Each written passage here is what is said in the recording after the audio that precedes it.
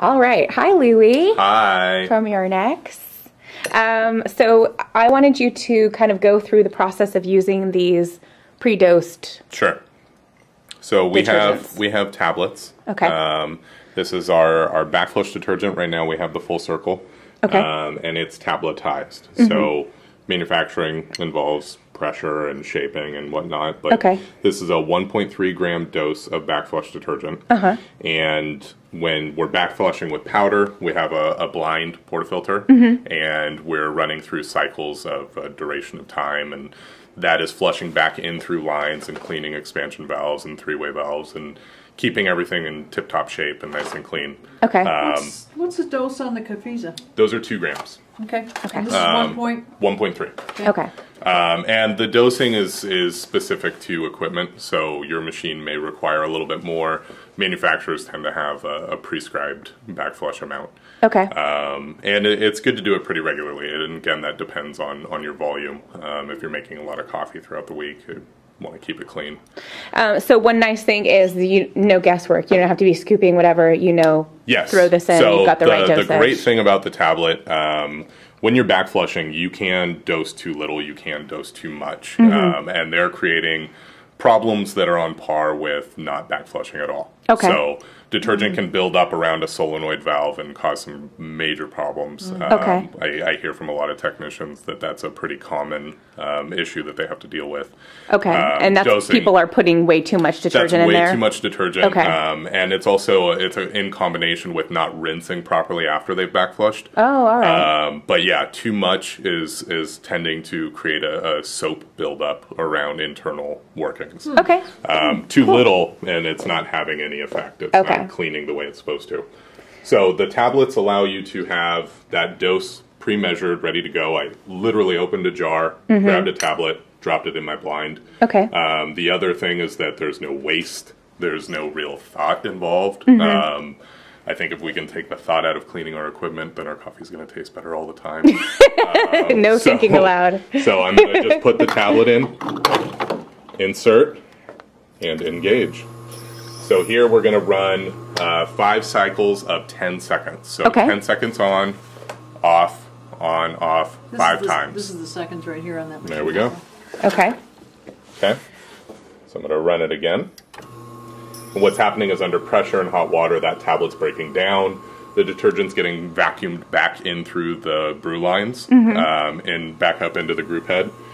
And it's cleaning out coffee oils and residue and nastiness and keeping our expensive equipment really nice and clean.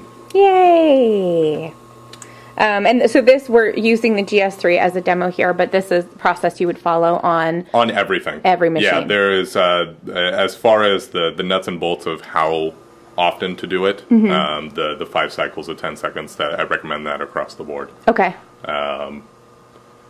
And we're coming into our 5th. See, it's starting to get more. Yeah. Show the next one. Okay. It'll probably be even better. Nice and so what's happening? Brown sudsy. Right. What's happening inside there is that the detergent is foaming and frothing. It's binding itself to solids and fats and oils, and then it's wiping it out with it as the machine flushes itself. Okay. So, all good. Nice nastiness. Yes. Dump that in there. Okay. Run some clean water through. Nice and clean. Now I'm going to go through the same process again. And at this point, if you wanted to use a group head brush, you could. Oh, okay. You could scrub around the block, get the gasket. If the detergent's good, you shouldn't have to do that. Oh, okay. So it's one of those things where we're creatures of habit. I think that lots of people have a routine and want to stick with that. So if you use a group head brush, go for it. I won't tell you not to. Okay. But if you're backflushing properly with a good backflush detergent, you shouldn't have to worry about it.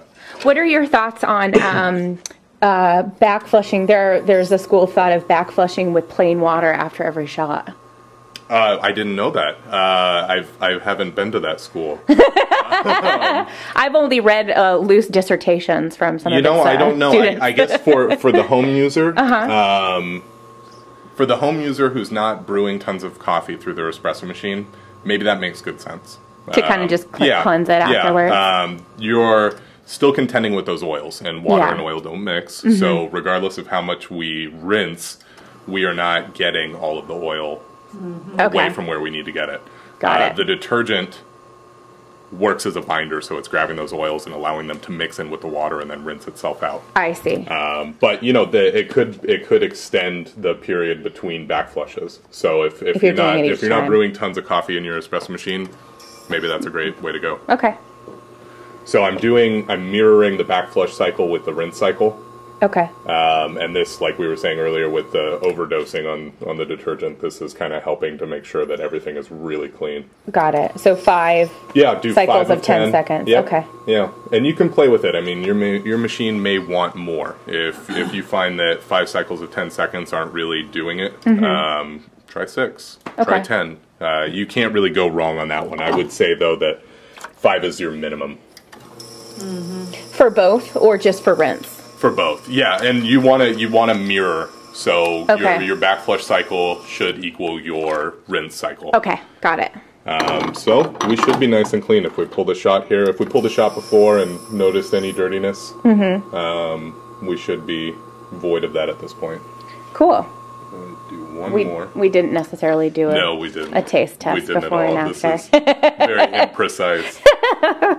So That's how we roll around here, Louie. We can see they have nice clean water. The water that had collected in the blind just now was nice and clean. Okay.